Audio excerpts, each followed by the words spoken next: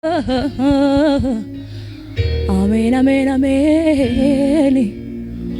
La la la la bashi la redina vose la frede le beshia. Nafanno keti ani sumnar gade ano yadon kabu siratan bokote harkuma kesanol fuda nafanno ketini nafanno keti abet abet abet abet ani sumnar gade ano yadon kabu sirratani bokote nafanno ketini nafanno ketini ola rada la bashia ani sumnar gade ano yadon kabu sirratani bokote agame fudachu ola radia bosea wameda kesifachu Jesus sirari bare bokote jirachu agame fudachu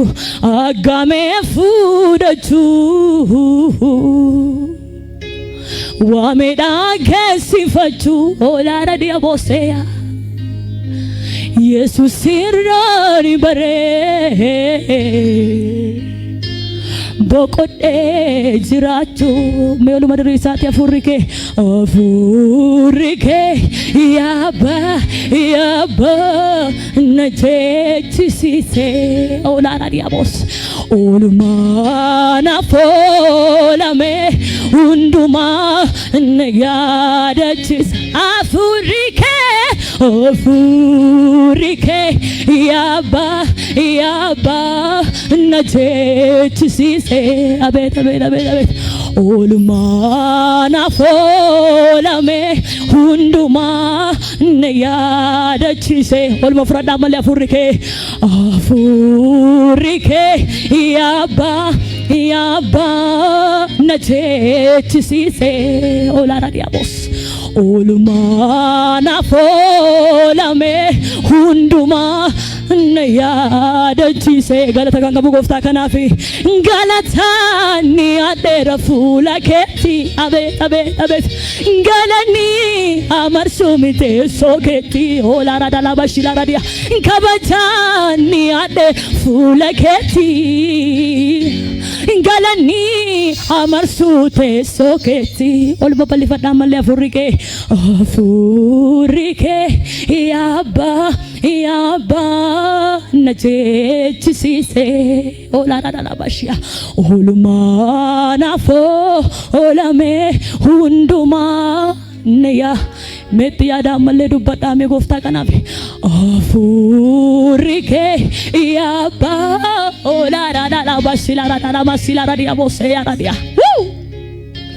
olumana folame hunduma nayadachise amale afurike yaba najechise olumana folame hunduma nayadachise galatani atera ola rada la bashila radia kalani amarsu olma frada merga kesan gofta kana durat kabatani ate fulaketi kalani amarsu te soketi galata kankabo male galatani ate fulaketi galani amarsu mite soketi gafani hitade wanfudu walale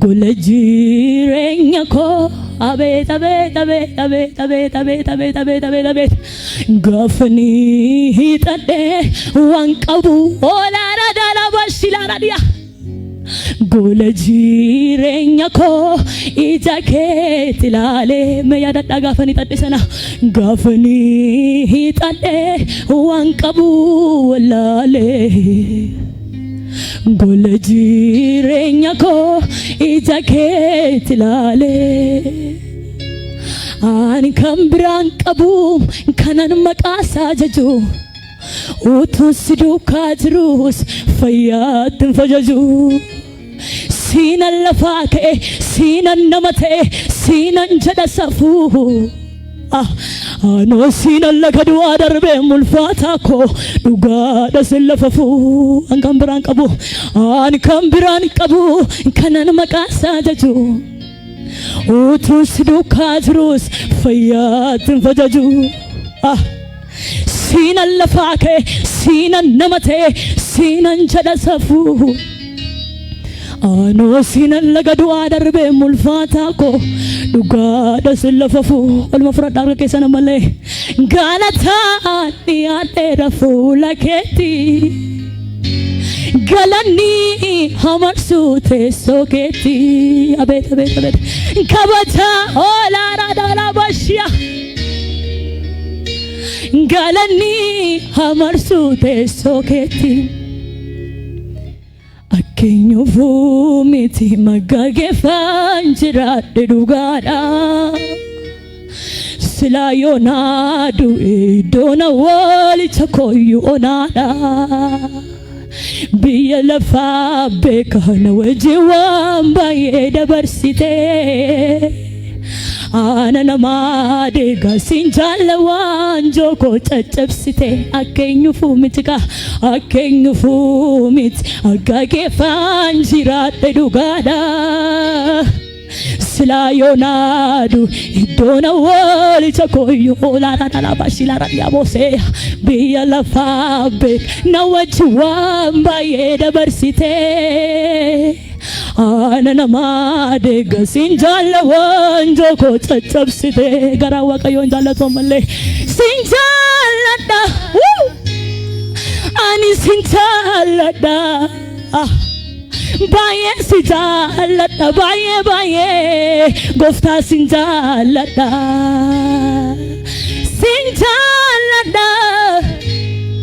ani siin jaalladha baay'ee si jaalladha baay'ee gooftaa siin jaalladha akkeenyuufuu miti maggageeffaan jiraadhe dhugaadha silaa yoonaa du'e iddoon awwaalicha kooyyuu onaadha abeet biyya lafaa beekana wajjin waan baay'ee dabarsite abeet ana namaa deega siin jaalla waan jookoo caccabsite akkeenyuufuu miti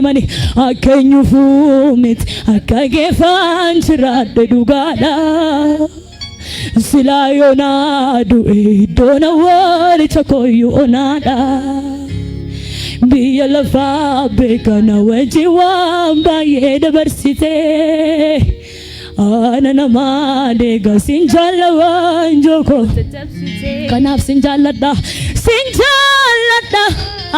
abeet ani siin jaalladha Yesuusee baay'ee si jaalladha baay'ee hambaa siin jaalladha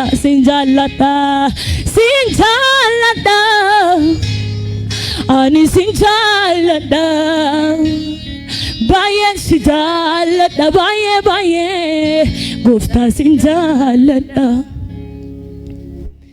yammuutiin yaadadhu isi takaaneessa waan ani jedhun naba akkamiin an ibsa garaa koo na raasa waa'een gargaarsa kee milkoomin akkasii eenyuun naaf akeeke namba sane yaadu olmaati naafotte sifaan gafti jecha fudhu galaata gee kan akka koo olmaan keerra jiru eenyurraa qaba waaqayyo olmaa guddaa batani qabu kuno akkasin jedhu kanakka ko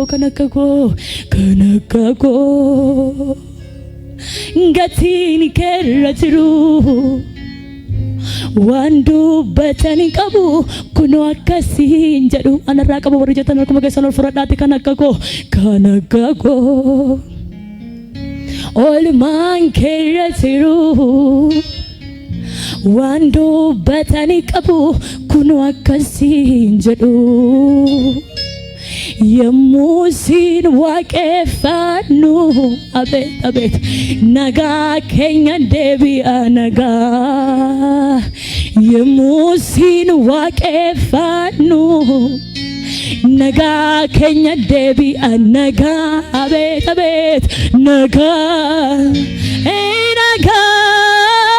nagaa Yamusin waaqeffannu Yamusin waaqeffannu nagaa keenya deebi'a nagaa Yamusin waaqeffannu malee Yamusin waaqeffannu nagaa keenya deebi'a nagaa abet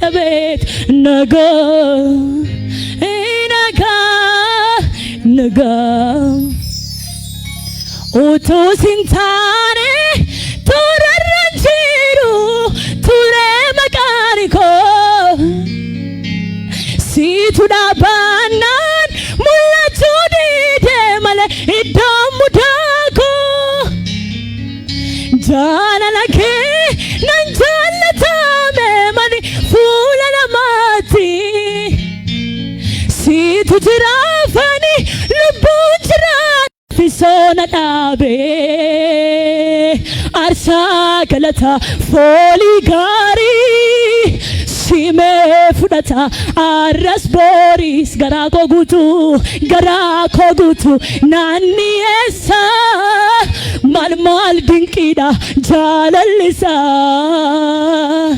inni beeka olaaraadhiya eeyyee waaqayyo harkuma keessan bal'ifadhaa inni beekaadha jala dubbadhaa malee inni beekaadha eeyyee waaqayyo inni beekaadha mabbaan koo inni beekaadha eeyyee waaqayyo inni beekaadha mee yaadacha kana dubbadhaa seenaa hin dubbatamne gurrattis kan hin tolle gola keessaatiin qaba namni ija isaan argee gurra isaatiin dhaga'ee quba isaanaatti qaba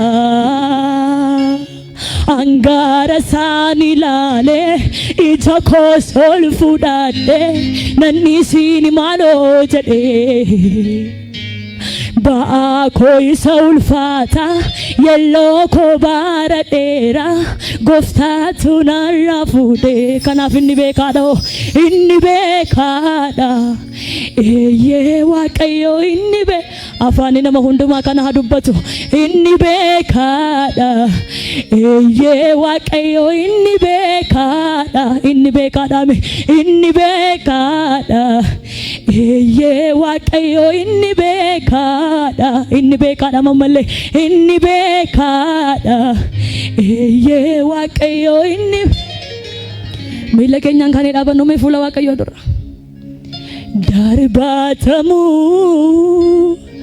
darbatamen ture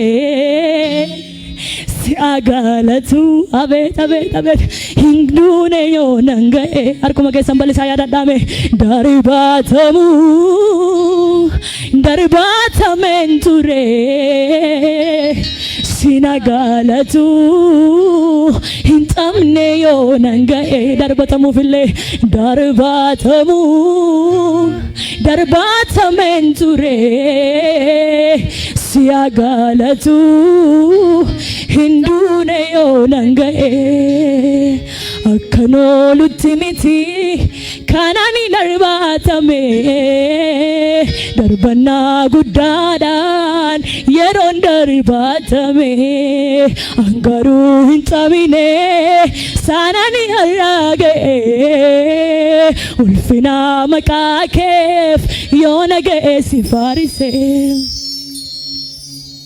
hin darbe barri boo'icha hindarbe barri bo'icha hindarbe barri bo'icha hindarbe barri bo'icha hindarbe barri bo'icha hindarbe barri bo'icha andu kanani fatiba'e Yesusin annamate Yesusin annamate dacharana ratayanisa gota ko makasalelisa gota ko makasalelisa andu kanani fatiba'e Yesusin annamate Yesusin annamate dacharana ratayanisa gota ko makasalelisa gota ko makasalelisa gadi jade arkan lafa qabbe utunda imu silai esatorada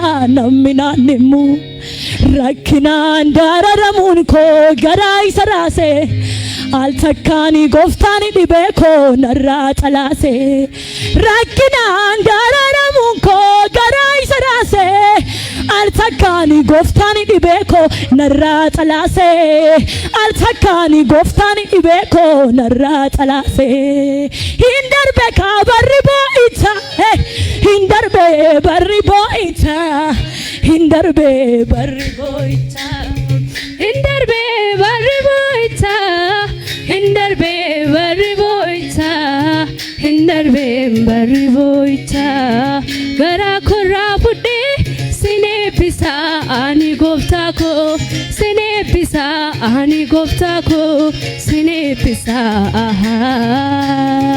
gara khurra budde sine pisa ani gofta ko sine pisa ani gofta ko sine pisa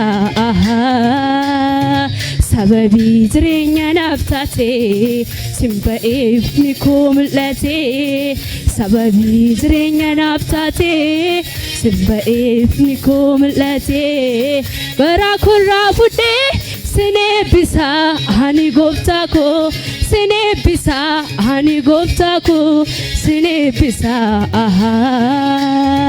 gara kurra budde sine bisa ani gofta ko sine bisa ani gofta ko sine bisa sababi jirenya naftate simbaif nikumlate sababi jirenya naftate simbaif nikumlate sababi jirenya naftate simbaif nikumlate ati dumfa koti bines sinyatu yabe malif demta merkaba bututu ati dumfa koti bines sinyatu yabe malif demta merkaba bututu ergatinan jette jijirte kayoko humna bekumsa ko silada bereko ergatinan jette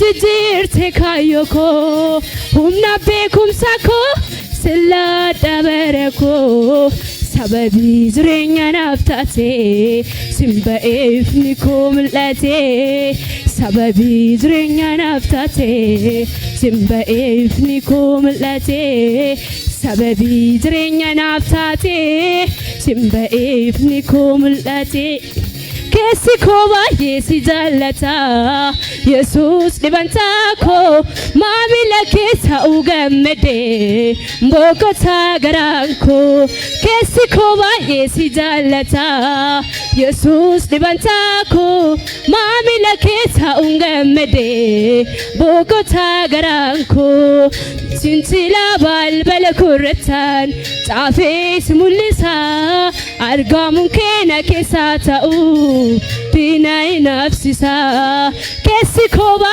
yesi jalata yesus dibanta ko mamila kesa ungamede bokota garanko kesi koba yesi jalata yesus dibanta ko mamila kesa ungamede bokota garanko michintila balbal kuratan tafis mulisa argamun kena kesa ta'u dinai nafsisa መዳኛ ነህ መዳኛ መዳኛ ነህ መዳኛ የተረሳ ሰው ጓደኛ መዳኛ ነህ መዳኛ መዳኛ ነህ መዳኛ መዳኛ ነህ መዳኛ የተረሳ ሰው ጓደኛ መዳኛ ነህ መዳኛ አባቴ ነህ አባቴ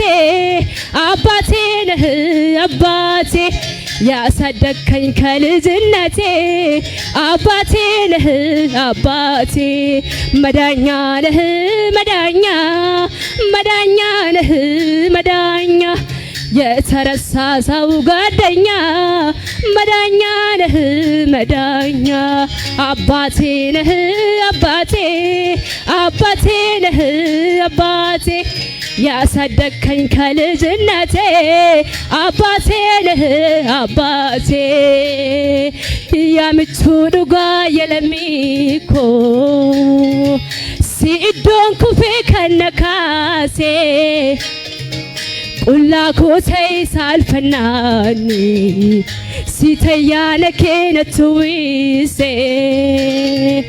ያምቹ ዱጋ የለሚኮ ሲዶን ኩፌ ከነካሴ ቁላ ኮተይ ሳልፈናኒ ሲተያነ ከነቱዊሴ መዳኛ ነህ መዳኛ መዳኛ ነህ መዳኛ መዳኛ ነህ መዳኛ መዳኛ ነህ መዳኛ አባቴ ነህ አባቴ አባቴ ነህ አባቴ ያሳደግከኝ ከልጅነቴ አባቴ ነህ አባቴ አከምነ ጃለተናኒ ናፉልፊነ ከከኒስቴ ናብርመቴ መሪፈቴ አርፊ ዱዋ ዱዋ ጎቴ ሳፉ ሰፉ ደራረኬ ፍጩ በመፍላቴ ሚርገኬ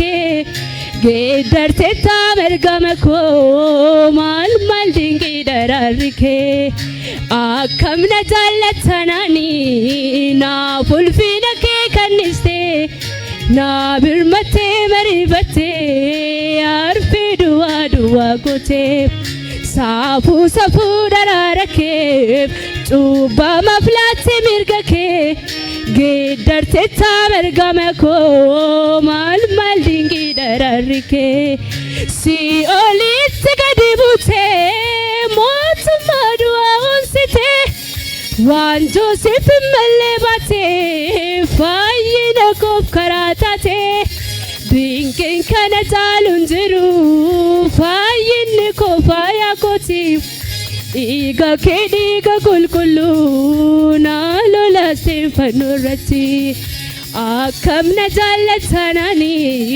ናፉልፊነ ከከኒስቴ ናብርመቴ መሪፈቴ አርፊ ዱዋ ዱዋ ጎቴ ሳፉ ሰፉ ደራረኬ ጩባ መፍላቴ ሚርገኬ ጌደርቴታ መርገመኮ ማል ማል ድንቂ ደራሪኬ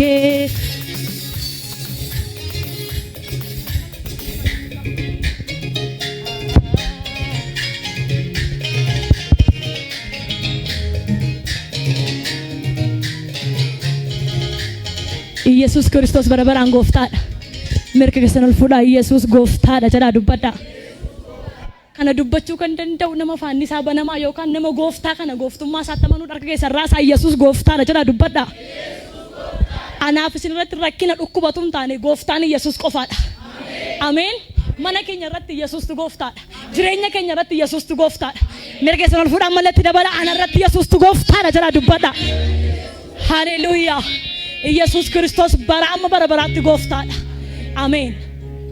Urgu fadeni ala rakisa gadi jedeni Yesuusin farsa Urgu fadeni ala rakisa gadi jedeni Yesuusin farsa Illan fadeni fide galata yeroni sawamu abdin kollata Waaqa sina waaqayyoon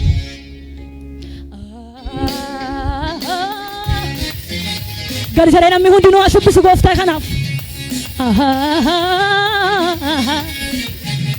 Gaduma ammallee kabajaa gooftaa kana ofirratti moosisa. Galata ilillee keessanitti dabalaa, shubbisa keessanitti dabalaa gooftaa kanaaf. Haa ta'uuf hin ta'afi gooftaa guddaa kanaaf kabajni ammallee.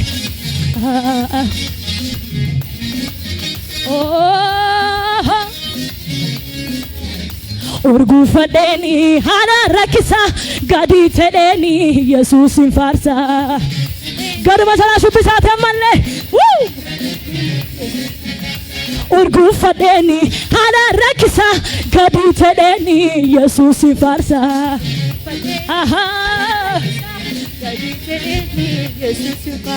Xillaanfadheeni fidee galata yeroon isa waamu abdiin kollata. Abet gaduma ammallee kana taala. Xillaanfadheeni fidee galata yeroon isa waamu abdiin kollata.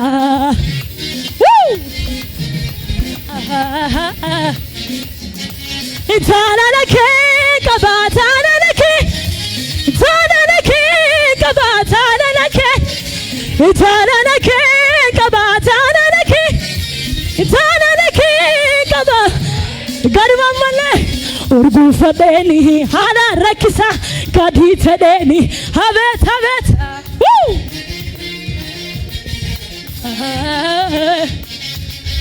xillaanfadheeni fidee galata yeroon isa waamu abdiin kollata.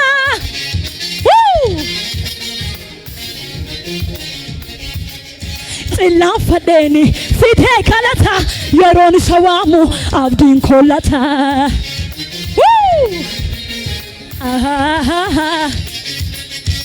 Jaalala kee qaba, jaalala kee, jaalala kee qaba. Abet jaalala kee qaba, jaalala kee, jaalala kee qaba. Akkan yaadameef akkan eegameef badiisa. Garuu Waaqayyo na oolcheera waan baay'eesa. Garuu Waaqayyo na oolcheera waan baay'eesa. Akkan yaadameef akkan eegameef badiisa. Garuu Waaqayyo na oolcheera waan baay'eesa. Garuu Waaqayyo na gaduma sanaaf hime dubbadha. Na oolcheera waan baay'eesa. Na oolcheera waan baay'eesa. Na oolcheera waan baay'eesa. Na oolcheera waan baay'eesa. Na oolcheera waan baay'eesa. Na oolcheera waan baay'eesa. Gubbaatti kakuu ilaala biyya na bidaachifame. Akkamani karaa tafa kiyyootinaan qabame. Gubbaatti kakuu ilaala biyya na bidaachifame. Akkamani karaa tafa kiyyootinaan qabame. Hin qabamu, hin qabamu, hin qabamu, hin qabamu, hin qabamu, hin qabamu. Akkan yaadameef akkan eegameef badiisa. Abet garuu Waaqayyo na oolcheera waan baay'eesa. Garuu Waaqayyo na oolcheera waan baay'eesa. Akkan yaadameef akkan eegameef badiisa. Garuu Waaqayyo na oolcheera waan baay'eesa. Garuu Waaqayyo na oolcheera waan baay'eesa. Na oolcheera waan baay'eesa. Na oolcheera waan baay'eesa. Na oolcheera waan baay'eesa. Na oolcheera waan baay'eesa. Na oolcheera waan baay'eesa. Na oolcheera waan baay'eesa. Iyyinaan jedha iyyeessi guufu faarsinaan jedha faarseessi guufu. Iyyinaan jedha iyyeessi guufu faarsinaan jedha faarseessi guufu. Bara rakkina na jaallanaan bara rakkina bara dhiibbina na jaallan.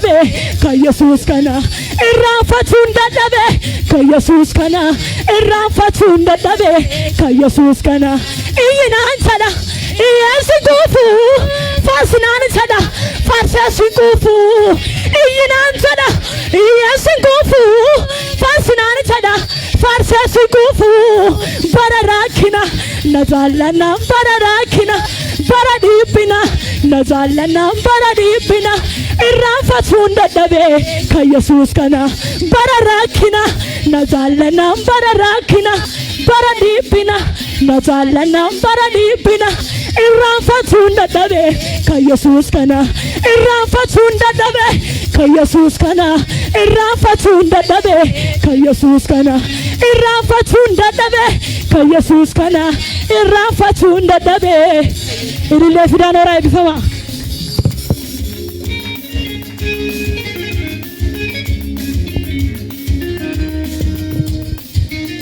Ilillee fidaa Waaqayyoodhaaf.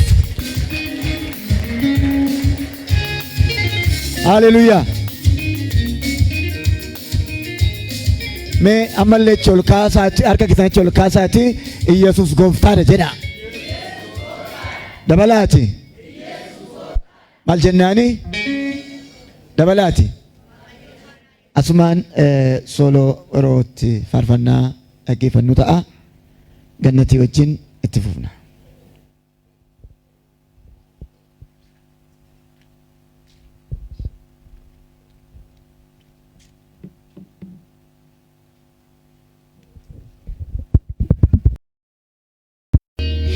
Maltu singita injuru hakike waqaf lafa dhuunfattee ati guddummaa keetii wanti daacheerra jiru hundumtuu kan keetii waqaf lafa dhuunfattee ati guddummaa keetii wanti daacheerra jirus hundumtuu kan keetii maaltu si madaala maaltu si madaala ati madaalamtu darbitee jiraata maaleen jijjiiramtu maaltu si madaala maaltu si madaala ati madaalamtu darbitee jiraata maaleen arkuma keessan ol fudhaati maaltu si madaala maaltu si madaala ati madaalamtu darbitee jiraata maaleen jijjiiramtu uumamnaa reeka keetii amman qabu kun hunduu maqaa kee ol qabu ofiidhaa jiraatee jiraachifta barootaaf jaarraa dabarsita uumamnaa reeka keetii amman qabu itti yaadame kun hunduu maqaa kee ol qabu ofiidhaa jiraatee jiraachisu ofiidhaa jiraatee jiraachifta Yesuus ko barootaaf jaarraa dabarsita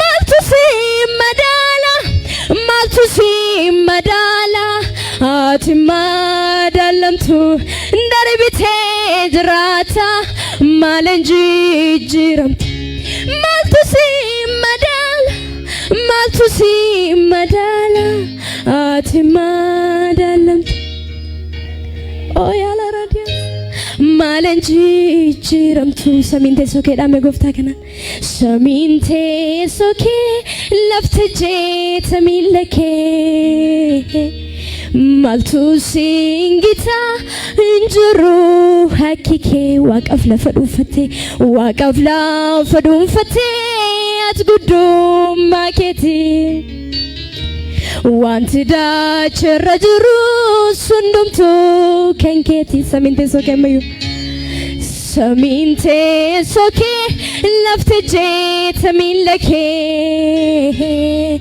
maaltu singita injiru hakki kee waaqaaf lafa dhuunfattee ati guddummaa keetii wanti daacharra jirus hundumtuu kan keetii. Harkuma keessan bal'isaati. Maaltu si madaala, maaltu si madaala, ati madaalamtu darbitee jiraata maalan jijjiiramtu. Maaltu si madaala, maaltu si madaala, ati madaalamtu darbitee jiraata. Addunyaa waa'ee kee dinqifatu, ulfina isaanii dhiisanii si jaajatu. Barbaadamuyyuu hin argamne, to'atame akki kee hin dhalanne. Kaleessa sin turre dhame, kaleessa sin turre, har'aa sin mul'anne. Borii sin argamu, yoomiyyuu hin uumamu. Kaleessa sin turre, har'aa sin mul'anne. Borii sin argamu, yoomiyyuu hin uumamu.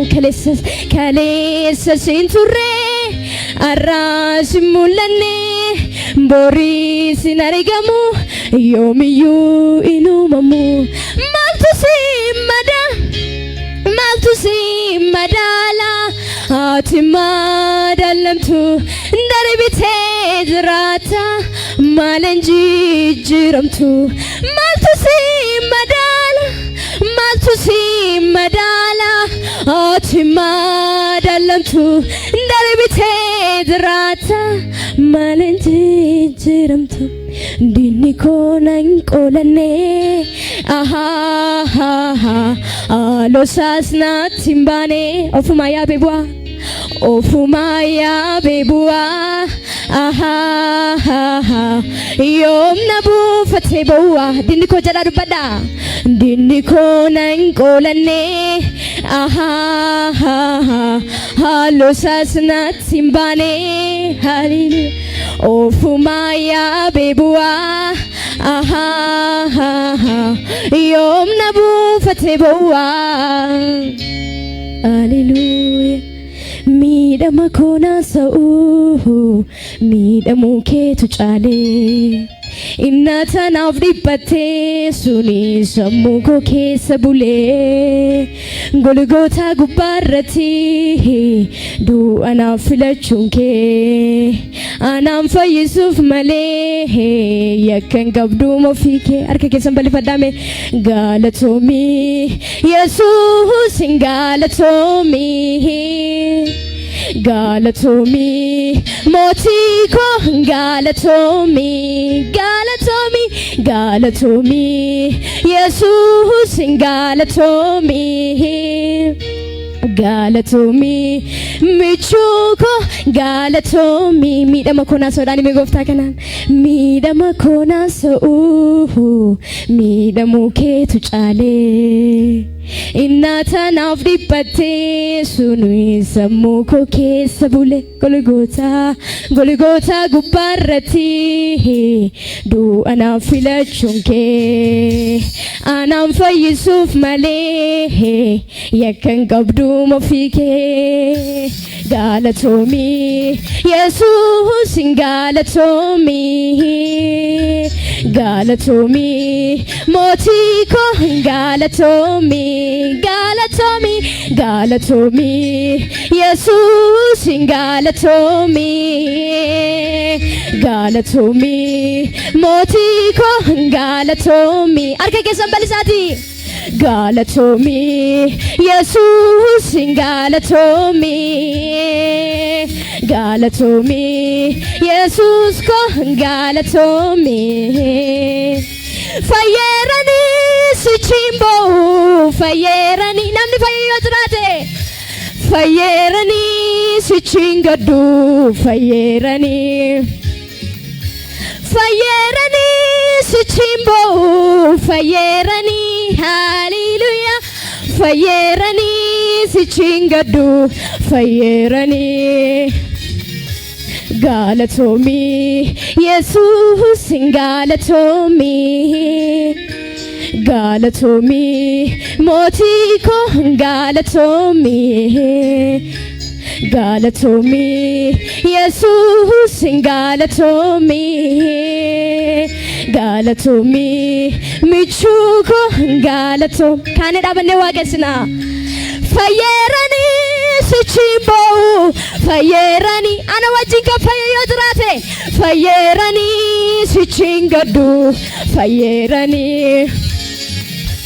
fayerani sichimbo fayerani arke kesal fuda fayera jana fayerani sichingadu fayerani olima kindagaddu oji qaraniyo innatina folte kessa kojro fayina kovjate diga ke kulkullu nguma chanaf gote duara kenolu olima kindagaddu oji qaraniyo innatina folte kessa kojro fayina kovjate diga ke kulkullu nguma chanaf gote duara kanolu fayerani sichimbo fayerani hallelujah fayerani sichingadu fayerani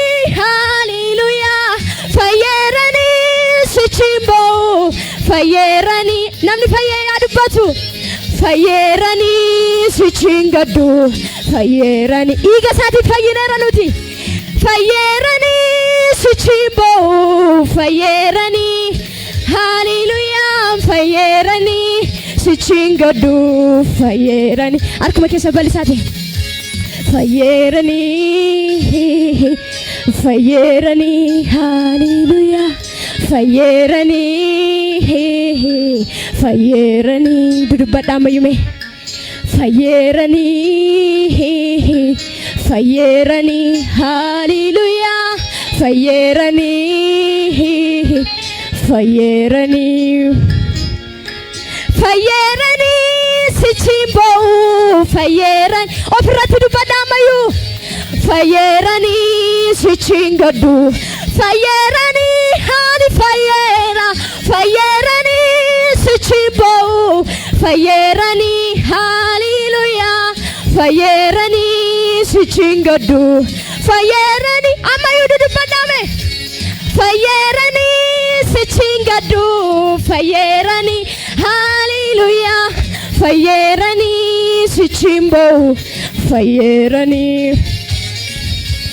midama kona sa'u midamu ketu chale innata naaf dibbate suni sammuu koo keessa bulee golgoota gubbaarratti du'a naaf filachuun kee anaan fayyisuuf malee yakkan qabdu ofii kee galatoomeedhaan hime galatoomi Yesuus galatoomi galatomi michuko galatomi ere ስንቱ ታለፈ ኢየሱስ የቀደመ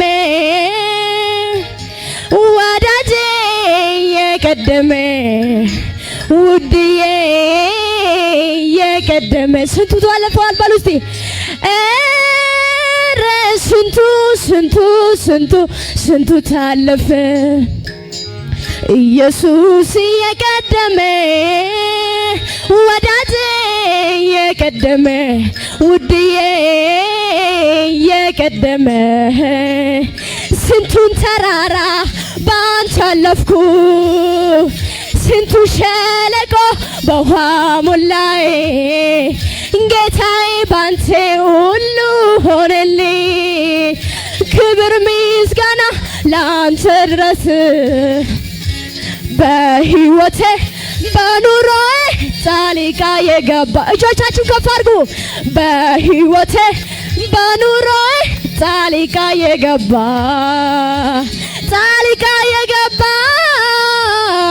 መንገዴን አቅራ በሕይወቴ በኑሮዬ ጣልቃ የገባ በሕይወቴ በኑሮዬ ጣልቃ የገባ ስንቱን ተራራ ባንተ አለፍኩ ስንቱ ሸለቆ በውሃ ሞላዬ ጌታዬ ባንተ ሁሉ ሆነልኝ ክብር ምስጋና ላንተ ድረስ ፈየረኒ ስቺምቦ ፈየረኒ ፈየረኒ ስቺንገዱ ፈየረኒ ፈየረኒ ስቺምቦ ፈየረኒ ዱኩባ ጩቡራ ሳትስፋይሴ ፈየረኒ ስቺንገዱ ፈየረኒ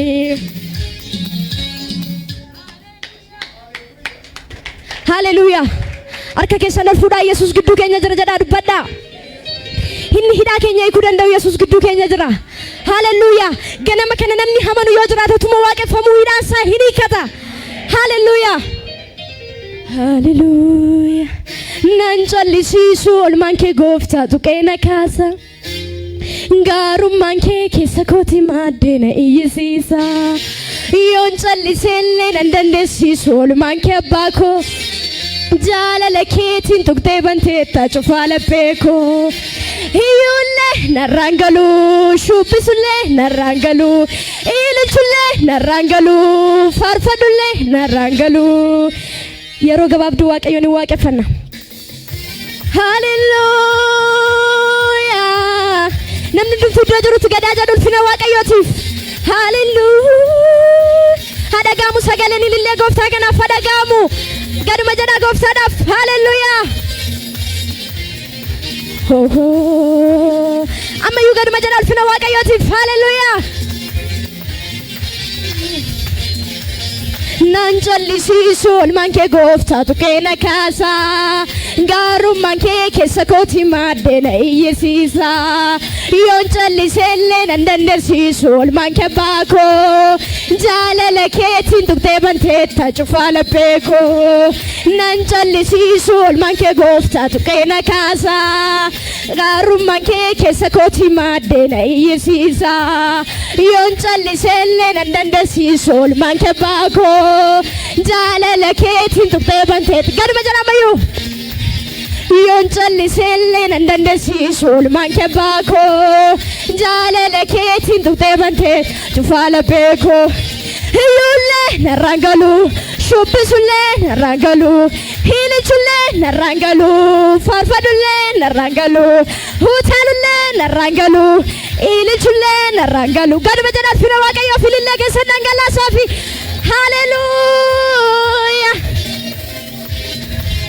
utaalullee narraan galuu faarfadullee narraan galuu ililchullee narraan galuu shubbisuullee narraan galuu nan callisiisu olmaan kee gooftaa tuqeena kaasa gaarummaan kee keessa kooti maaddeena iyyisiisa yoon calliseellee nan dandeessisu olmaan kee abbaa koo jaalala keetiin tuqxee banteetta cufaa laphee koo yoon calliseellee nan dandeessisu olmaan kee abbaa koo harkuma keessan ol fudhadhaati cufaa laphee koo hiyyuullee narraan galuu shubbisuullee narraan galuu ililchullee narraan galuu utaalullee narraan galuu shubbisuullee narraan galuu faarfadullee narraan galuu ililchullee narraan galuu narraan galuu oolmaa kee fannoorraan dagadhu yaadannoon qaba tola kee argeen abbaa koo ololsii qaba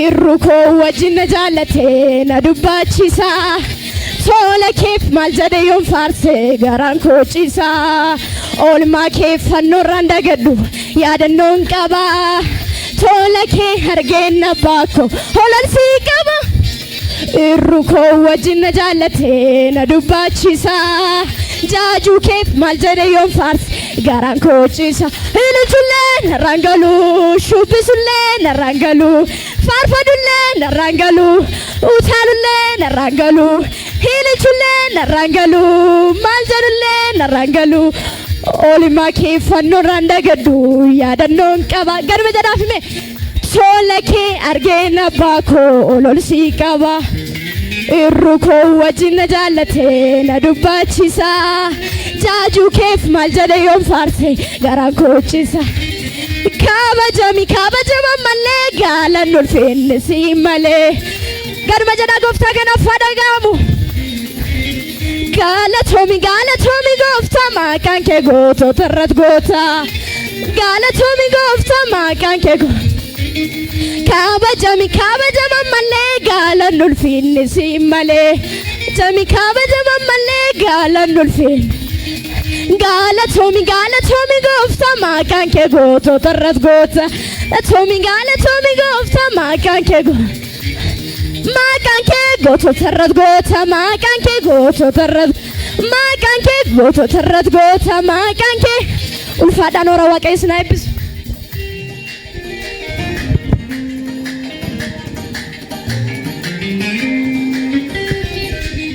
Waa haleluuyaa galata fidame waaqayyoodhaaf dabalaa galateeffadhaa waaqayyoon. faarfattuu gannatiin maal jettaniini dabalaati gooftaan maqaan isaa haa eebbifamu. Egaan gidduu kana kaleessaa irraa kaasnee sagantaa bareedaa qabna. Sagantaan kun har'a guyyaa guutuudha, boris guyyaa guutuu itti fufa. Har'a amma sa'aatii 7:07 ganama kanan gargaaramna. Warri booddee immoo sagalee kaanii amma dhi'ee tokkotti sagantaa bal'aa qabna. Waaqayyo isa kanaan nu ga'e mee harka walitti rukunnee waaqayyoon galateeffannu. Sagantaan kun hin dhaabatu, kan itti fufuu ta'a. Torban har'aa jimaata irraa kaanee bishooftuu waldaa keenyatti qopheessinee jirra. Bishooftuu irraa waldaa 2 qabna, waldaa lakkoofsa 1 irratti qophaa'ee jira. Achi sagantaan keenya kun gara ji'a 8ffaa 9ffaatti immoo istaadoomii Buraayyuutti itti fufachuudha. Namoota Kanaadaansii namoota hedduu Daboo Afriikaadhaa dhufanii wajjin jechuudha. Achumaan ammas lammaffaa istaadoomii bishooftuu irratti itti fufaa jechuudha. Waaqayyo barana akka foonittis akka hafuuraattis baneera isinirraa sabanu. Nama sibiraar kanaa qabii sirraa sabanamu jedheen. Jedha koronaan hin jiru miti. Gooftaan haa eebbifamu. Egaan sagantaan kun kan jalqabamee fi waafi wanta tokkoo fi waldaan keenya waldaa hedduu haa taatu iyyuu malee biraanchonni waldaa kanarraa dhalatan waldaa ijaarratanii qabu. Waldaan kun garuu ammaatti kiraayiidha. Kanaaf sochiin waldaa kanaa inni guddaan sagantaan konfiraansii kun jechuudha ashaaraa kaa'uudha. Ashaaraa kana galmee qophaa'etu jira. Galmee qophaa'e sanarraa isa iyyuu nama waaqayyo gargaare duwwaa hunda keessan miti. Mul'ata waldaa kanaa qabdan waa waaqayyo keessan kaa'e iddootti caaftattu jira, hin caaftu. Ijaarsa waldaa kanaaf ashaaraa birrii ammanaan nan ka'a. Waldaa kana bukkee nan dhaabadha jettanii waa yaaddan immoo barreeffamaan qarshiidhaan keessu. Yoo qarshii qabaattan qarshii kaffalattu, yoo hin qabdan ta'e immoo waadaa termii meeqatti akka kaffaltan irratti caafattu jechuudha. Mazgabi guddaan sun tootaalii yeroo hundumaa yeroo kadhannaa nu bira jiraata, na bira ta'a mazgabi sun. Namoonni achirra keessan silkii keessan maqaa keessan furmaa keessan keessu. Sababiin isaa amma waaqayyo gooftaan keenya Yesuus Kiristoos dhufee waldaa kiristaanaa biyya lafaarra jirtu gara isaatti fudhatutti akka waldaa alam biraan Itoophiyaatti galmee seenaa ta'ee akka waraqataatti yookaan akka carqiin kun hafamutti jechuudha. Maqaan sun hundumtuu barraa'ee dhalootaaf ta'a.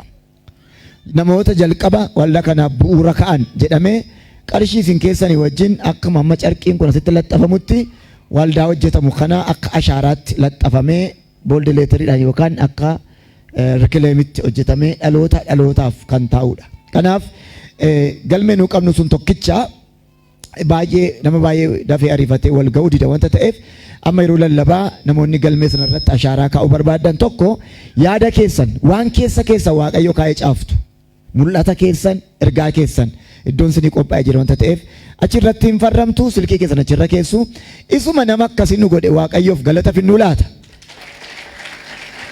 Amma galmeen sun gidduu deemuu jalqabaa bantoo ishee jalqabii namoonni qabdan namoonni amma kaa'u barbaadan guyyaan kun kaleessaa jalqabee dheengadda Yihuudis namoota waan nama dhibu dheengadda daqiiqaa 10 ibseen ture dilbata darbe waarii booddee namoota giruup tiimii paartinerii xiqqoo tokko jira isaa irratti ibseen ture daqiiqaa 10tti birrii 56,000 bu'e mee waaqayyoon galateeffannu daqiiqaa meeqatti hin jedhe daqiiqaa 10tti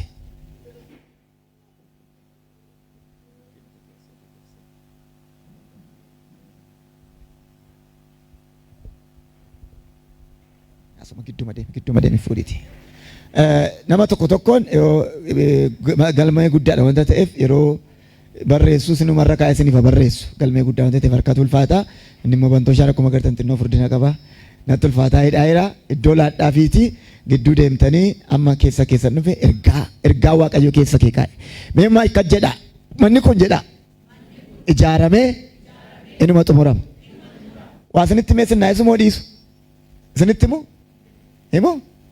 himuudha manni nu binnu kana miti naannuma kana jira asirraa meetira 3 ta'a meetira meeqan jedhe lafasaa isinitti himu lafichumti duwwaan miliyoona 30 maal duwwaan ijaarsisaa miliyoona 120 walumatti meeqa nama 10,000 teessisa irraa jalatti jechuudha waaqayyoo fide mul'ata kana inuma ta'a ammoo meen ta'a kan jettan kanuma asin jirtan isin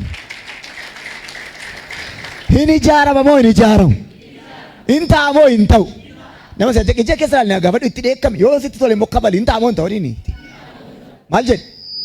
maal jedhe gaafa kabali gaafadhu hin ta'aadhe ta'eera gaa maqaa Yesuusiin haalleluuyaa hidhaayyaate hundi keessan hin godhinaa hundi keessan hin kaffalinaa waaqayyo nutti meera naman carraa kenneef duwwaa nama kam duwwaa naman carraa kenne hundi keessan hin kaffalinaa nama eenyu carraa kenneef duwwaa waaqayyo galmeen kun maaliif dhalootaaf ta'a wanta ta'eef hattuudha taanaan isin cabarbaariidha taatan hattanii kan fiddan qabeenya taanaan ejjitanii kan fiddan qabeenya taanaan hin kenninaa waaqayyoof hin balleessitu sagaarii sana balleessitu warri qabeenyi koo duwwaan kan waaqaati ani carraa qaba jettan qofaaf ka'ama sababiin isaa galmeen kun deelii sa'aatii 20 fuuldura waaqayyoo ta'a akka rukutamne qabeenya jal'aa fiddanii waaqaaf laattanii sunumtu kanaaf I say be careful waan hin argi waan qabuuf galanni waaqayyoof ta'u amiin jedhama kan kanaaf namoonni tarii carraan isin ga'e akka itti gargaarama egaan sagantaan keenya akka itti bufaa keessummaa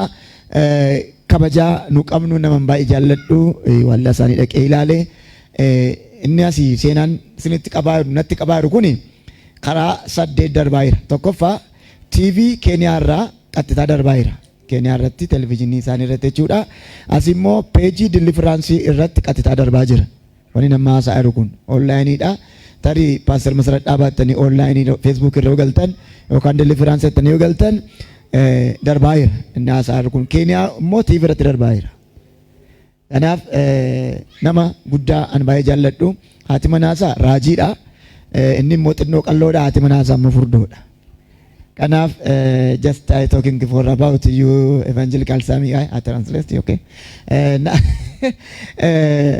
isaatu baay'ee waaqayyooti gargaarama batalee yeroo darbee kiruusadii ta'e irratti nama dhalootumaan miila hin qabne turenna dhaqee taa'umsa jalaa fuudhe achumaan namichi ka'ee masokke ameen waaqayyo maraakilii gurguddaa dinqii gurguddaa ittiin hojjeta lallaba duwwaa miti amma ammaatti namoonni dhufanii yeroo baay'ee lallabaman sokku kun garuu maraakilii dinqii maggallaxiidhaan tajaajila har'a ganama kana waatti naa himiinaan jedhe hundumaaf hin kadhadha ameen batalay namoota dibata barbaadan hundumaaf hin kadhadha dheera waaqayyo isna gargaaru akkasuma let us stand up boss lachuun keessa mul'aa dhaabadhaa meel tokko Pastor John eenyu beeka barreessaa kitaabaa eenyu beeka ishee inni kudhaan nu gargaara isa immoo warra gidduu kaa turtan inni immoo evangelikaal evangelaawi Saamu'eel jedhama isaantu nu gargaaru harkaan gara kanatti simannu lachuun isaanii. Tiifi waaqayyoon galateeffachuun barbaada. Because of sababni isaa immoo this wonderful invitation kabajaan na affeeruu isaatii fi together with the men of God in the house. akkasumallee namoota waaqayyoo isaa wajjin the jiran kana evangelists, the prophets, and the ministers of the gospel together with me, akkasumallee wangeelaawwan na wajjin jiru tajaajila waaqayyoo and together with the board of the church akkasumallee waldaa lachan wajjineni and the entire congregation. akkasumallee saba hundumaa wajjinen I want to say thank you very much for inviting me to come and preach the word of God in this place. sagalee waaqayyoo akkan asitti lallabuuf waan na affeertaniif guddaa galatoomaa jechuun barbaada harki walitti buufama. Hallelujah. I preach with the ministry called Go Vision Evangelistic Ministry. Ara kanan irratti tajaajilu Go Vision Evangelistic Ministry yookiis immoo tamsaasa wangeelaa And I want to thank God for the great commission that our Lord Jesus has given unto me and unto the Church of Jesus Christ. ergama guddaa Kiristoos Yesuusii waldaa isaatiif naa kenneefi waa'ee kanaatiif isa galateeffachuun barbaada. Yesterday we were here. Kaleessa as turre And the Lord spoke to us in a great way. waaqayyo karaa addaatiin yookiin karaa guddaadhaan nutti dubbate. And we are here for this service and even the other service. akkasumallee as jirra hammasi. And I believe that God is going to do great and mighty things. waaqayyo waan ajaa'ibsiisaa waan guddaa hojjeta jedhee nana manarra. Amen. Amen. How many people are ready to be blessed this morning? nama meeqatu qophaa'ee jira eebba kana fudhachuudhaafi. Hallelujah. Hallelujah. God is so good and we give him praise. waaqayyo gaarii waan ta'eef ulfina isaa Father, in the name of Jesus, gooftaa maqaa Yesuusiin si galateeffannaa. I want to thank you because of this beautiful congregation. saba bareeda kanaafis sin galateeffadhaa. That God Almighty have come to hear your word. waaqayyo waaqni guddaan ati gara kana dhufteetta. I pray in the name of Jesus maqaa Yesuusiin nan kadhadhaa. that Father God, you may speak your word to their hearts. waaqayyo abbaa keenya laphee keenyatti akka dubbattu si kadhanna. And Father God, we dedicate this praise, dear Father, that you may do what you want to do with our lives. waan hojjechuu barbaadde jireenya keenya irratti akka hojjettuuf si kadhanna. Holy Spirit of the Almighty God, hafuura qulluu waaqa guddaa. I ask you that you may take praise in this house. iddoo kana ati akka qabattu ati akka to'attu sin kadhadhaa. You may transform and change the lives of your people. jireenya namoota kana akka ati jijjiirtuuf sin kadhadhaa. Heal the sick and give hope to the hopeless. warra dhukkubsatan fayyisi warra abdii dhabaniif abdii kenni. I pray upon their expectation that, Lord, you may meet with every expectant heart this wonderful morning. waan isaan irratti si eegaa jiran irratti ganama kana akka ati mul'attu sin kadhadhaa. Glorify your Son Jesus in this praise. ilma kee Yesuus Kiristoosiin iddoo kanatti ati kabaji. In Jesus' mighty name we pray. maqaa Yesuusiin nan kadhadhaa. And Ameen. everybody say amen. hundumtuu ameenaa jedhu. Hallelujah. Udumtu Angela Angelo. hundumtuu ameen haa jedhu. Hallelujah. Hallelujah. God is so good and we give him praise. waaqayyo gaarii waan ta'eef isaa ulfeessinaa. I want to teach the word of God this wonderful morning.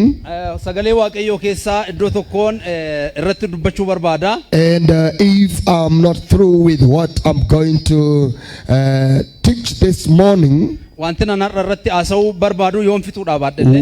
we can continue in the next service. sagantaa ittaanu irratti ni xumurra.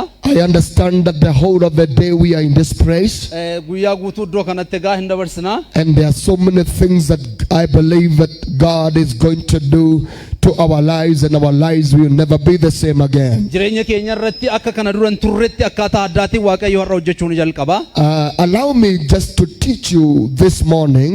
ganama kana wanti irratti sin barsiisuu barbaadu. And I believe that the Spirit of God is going to allow me to teach you the scriptures in Jesus' name. maqaa Yesuusiin hafuurri waaqayyo akkan sin barsiisuu fi na gargaara na fayyama. I love to teach about the gifts of the Holy Spirit. waa'ee kennaa hafuura qulqulluun har'a barsiisuu barbaada. But allow me this morning to teach on a specific gift, that is the gift of working miracles. addumatti immoo keessaa baasee kan hin barsiisuu barbaadu hafuura dinqii hojjetu isa irratti hin barsiisuu barbaadu. And I would like you to open your Bibles in the book of 1 Corinthians. macaafa qulqulluu keessanii Qorontosii isa duraa keessaa akka isin baafattan hin barbaada. And we are going to read chapter number 12. boqonnaa 12. But the center of emphasis is verse 9 to verse number 11. boqonnaa lakkoofsa 9 amma lakkoofsa 11 isa jiru waliin ilaalla. The Bible says, now concerning the spiritual gifts. Wait me please. Would you give me? afaan oromoo sana kenna. I ask my brother to lead 1 Corinthians chapter 12 from verse 1 to verse number 11. 1 Corinthians chapter 12, Verse 1 to verse 11. verse 1 to the all. From verse 1 to verse 11, so that we can catch up what the scripture want to speak about. Okay, which verse may I read? From verse 1 to verse 12. Okay, 12. Yaa obboloota koo waa'ee Chapter number 12 of 1 Corinthians, Yeah, you read yeah. from verse 1 to verse 12. Yeah, I got it. Yaa obboloota koo waa'ee kennaa garaagaraa Hafuurri Qulqulluun kennu akka hubattan nan barbaada. Isin ammallee saba Waaqayyoo otoo hin ta'in dura karaa irraa kaachifamtanii gara Waaqayyoolii tolfamoo warra duudaatti akka oofamaa turtan ni beektu. Akkasumas namni Hafuura Waaqayyootiin geggeeffamu Yesuus abaaramaadha jechuu namni tokkollees Hafuura Qulqulluutiin yoo ta'e malee Yesuus gooftaadha jechuu akka hin dandeenye cimsee isinittan hima. Kennaan Hafuuraa gosa garaagaraa jira. Hafuurichi garuu tokkichuma. Ergaa garaagaraatu jira. Gooftaan ergamaniif garuu tokkichuma. Hojii garaagaraatu jira. Waaqayyo inni hojii hundumaa adduma addaan yaada namaa keessa kaa'u garuu tokkicha. Karaan kennaan Hafuuraa adduma addaan nama keessaa mul'atu hundumaaf bu'aa akka ta'uuf kenname. Isa tokkoof ogummaadhaan dubbachuutu Hafuuraan kenname. Isa kaaniif immoo beekumsa barsiisuutu Hafuuruma sanaan kenname. Isa kaaniif amantiitu Hafuuruma sanaan kennameef. Isa kaaniif immoo kennaa warra dhukkubsatan fayyisuutu Hafuuruma tokkicha sanaan kennameef. Verse 10. Isa kaaniif dinqii hojjechuutu, isa kaaniif raajii dubbachuutu, isa kaaniif hafuura raajota gargar baasee beekuutu, isa kaaniif afaan hin beekamneen dubbachuutu, isa kaaniif afaan hin beekamneen sana hiikuutu kennameefi. Hafuurri innumti tokkichi sun hojii kana hundumaa hojjechuudhaan ingaa akka jaalala isaatti tokkoon tokkoon namaaf kennaa addaa in kennaa. I finished. Amen. May the Lord bless the leading of His word this wonderful morning. Sagalee dubbifanne kana Waaqayyo nuuf haa eebbisu. I want to talk about the gift of working miracles. Hafuura dinqii hojjetu mata duree jedhu irratti naasa'uu barbaada har'a. And I want you to understand that working of miracles is one of the gifts of the Holy Spirit. Hafuurri dinqii hojjetu hafuura kennaa hafuura qulqulluu keessaa isa tokkodha. And allow me to say that the gifts of the Spirit can be established in three major divisions. Iddoo gurguddaa sadiitti qoonnee kennaa hafuuraa kana ilaaluu ni dandeenya. They are the gifts of utterance.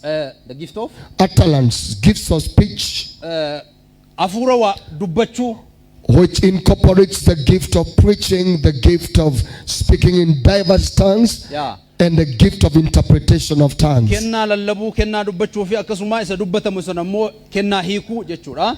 Then we can categorize the gifts of the Holy Spirit in the second category as power gifts. Qooda isa lammaffaa irratti immoo yeroo dhufnee ilaallu kennaa hafuuraa isa humnaan hojjetu isa kana ilaalla. That is the gift of healing, Inni kun immoo kennaa fayyisuuti, the gift of faith, kennaa amantiiti, and the gift of working miracles. kennaa dinqii hojjechuuti. Then the category number 3 is the gift of revelation. Inni sadaffaa irratti qoonnee ilaallu immoo kennaa mul'ata arguu yookiin hafuuraa waa arguuti. Which has the gift of word of wisdom, Inni kun immoo kennaa ogummaa qabaachuu, word of knowledge, akkasumas jecha beekumsa qabaachuu, and the gift of prophecy. akkalumallee kennaa raajii Your microphone dubbachuuti. is not audible. Please lift it a bit. Okay. Thank you. Yeah. The gift now, we have said the gifts of revelation, that the gift of word of wisdom, the gift of word of knowledge, and the gift of prophecy. Akkasuma kennaa raajii dubbachuu, kennaa beekumsaa, kennaa waa hadda baafachuu isa jennee amma. But allow me to talk about one of the power gifts. That is the gift of working of miracles. Kennaa jiran keessaa kennaa dinqii hojjechuu isa kana irratti har'aa kan hin haasa'uu barbaadu jedhuun. And I want to say that working of miracles is by the power of the Holy Spirit.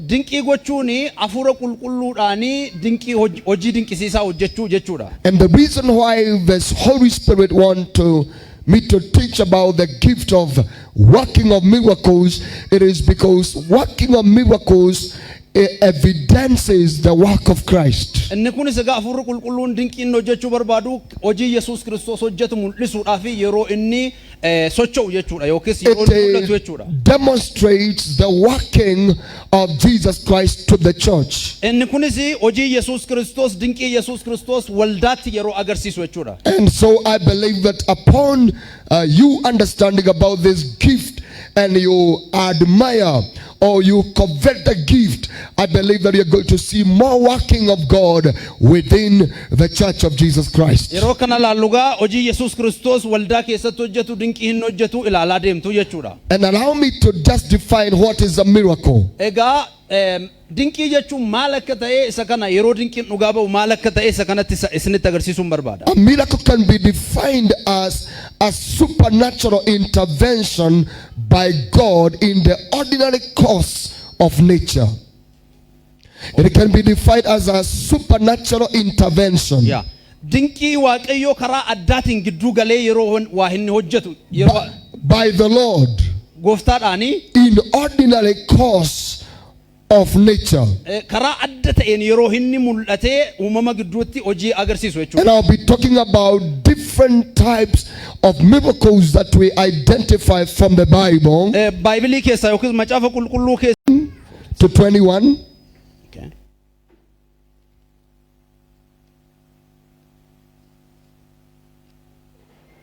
(17 to 21). Right? Yes. Matthew 14:17 to 21.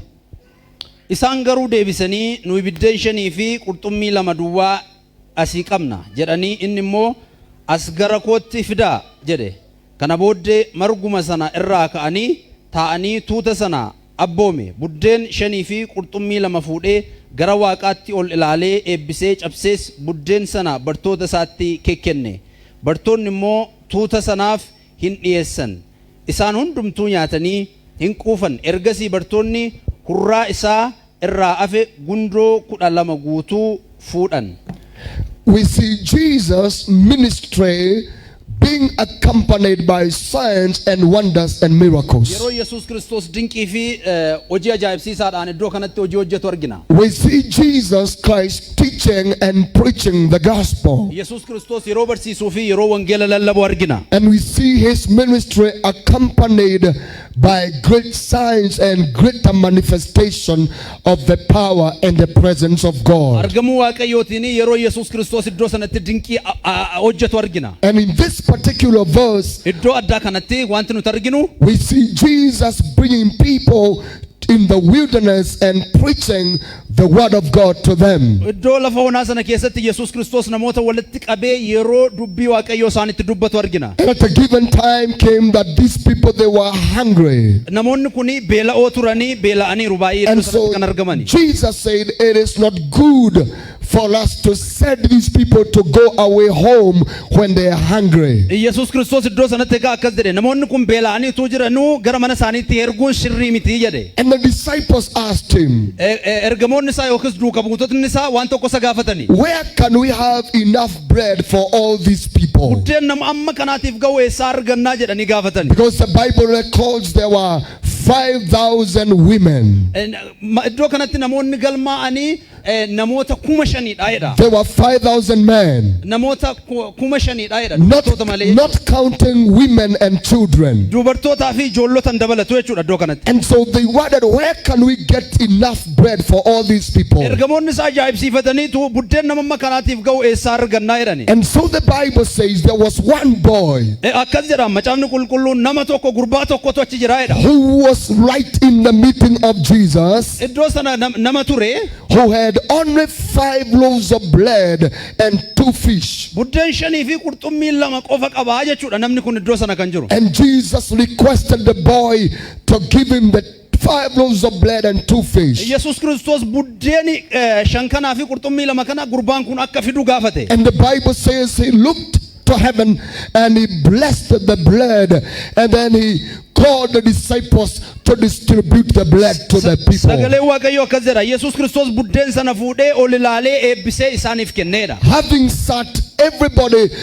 having commanded everybody to sit down, the Bible says they ate bread and fish and they were satisfied, and they collected 12 full baskets of leftovers. Namoonni sun nyaatanii hin quufanii erga quufanii booda immoo gundoo 12tu irraa hafee jechuudha. This miracle speaks to my heart, and so should it speak to your heart. Miraakiliin kun yookiis dinqiin kun laphee koo keessatti baay'ee natti dhaga'ama, isin keessattis akka dhaga'amu abdiin qaba. That the ministry of Jesus Christ Tajaajila Yesuus Kiristoos was full of power, and he moved in miracles. humna guutuudhaan yoo qofatu kana gochuudha. And I want you to understand today, Har'a waan tokko akka isin hubattan hin barbaadu. when we believe in God, Yeroo Waaqayyootti amannu our God can be able to do great things. Waaqayyo waan gaarii gochuu ni danda'a. Our God can be able to do more than the way we can think. Amma nuti yaannuun olitti Waaqayyo keenya gochuu ni danda'a. Yeroo Our amanu. knowledge, our wisdom is limited to the things of God. Beekumsi keenya, ogummaan keenya, beekumsa Waaqayyo wajjiniin yeroo waliin madaallu baay'ee xinnaata. But when we believe on miracles, Yeroo dinqiitti amannu miracles has a way of inviting the supernatural presence of God.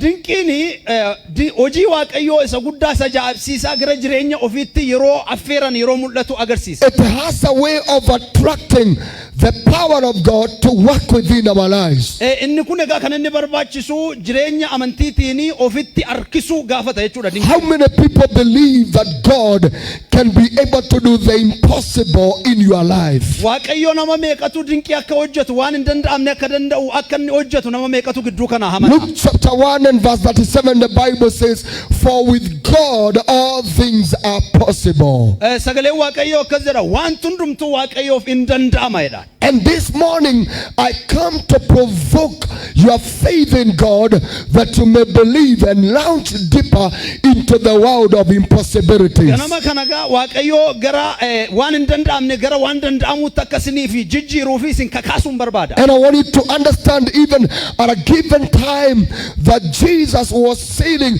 together with the disciples in the boat. Sorry. That Jesus was sailing together with the disciples in the boat. Yeroo Yesuus Kiristoos ergamoota isaa ergu And the Bible says there was ravaging storms. There was storms. iddoo sana lafa awwaalaa tokkotu jira jedha. They were coming, blowing from every direction. Karaa garaa garaatiin namootatu dhufe. They were so threatening, and the next thing they were about to capsize. Yeroo kana namoota nanna'an yeroo namoota bitaa galantu isatti marsee ture. And my Bible tells me that Jesus was deep asleep in the boat. Yeroo sana Yesuus Kiristoos boordi sanarratti yookiis daangaa sanarratti hin rafeedha. They wondered what they want to do Bishaan kanarratti egaa isaan hin sodaatan maal because asitti jedhanii raafaman. of too much storms. Too much? Because of too much storms. Yaa iddoo sanatti egaa waan sodaachisaa gurguddaatu iddoo sana jira waan isaan naasisu jechuudha. That was beating the boat. Waan isaan bishaan kana raasu raafama guddaa kan doonii sana yookiis markaba sana raasutu isaan naasise iddoo sanatti. But my Bible tells me Sagalee Waaqayyoo inni ani qabadhee jiru kun they woke Jesus and they told him, Master, Yesuus Kiristoos gooftaa isaanii ta'ee iddoo isaaniitu jiru. why are you asleep and we are about to perish? Maaliif akka nuti qaanofnu akka nuti raafamnu goota jedhanii iddoo sanatti Yesuusitti. I wanted to understand this was something that was challenging their minds. Jireenya isaanii keessatti egaa sammuu isaanii dammaqsuudhaaf waan inni godhe natti fakkaata jedheen abdadha. The storms that was beating the boat from every direction, Raafamni kun yookiis dambaliin kuni it was threatening their lives to death. jireenya isaanii egaa hin sodaachise hin duuna jedhanii of sodaatan of shakkan. They understood the consequences of the storms. Iddoo kana egaa waan raafama kanaan yookiis dambalii kanaan rukutaman isaanitti fakkaate. They knew the danger they were about to experience. Waan haddaa tokko waan ulfaataa tokko akka isaan shaakalan isaanitti fakkaate. The only Savior and their Master is deep asleep.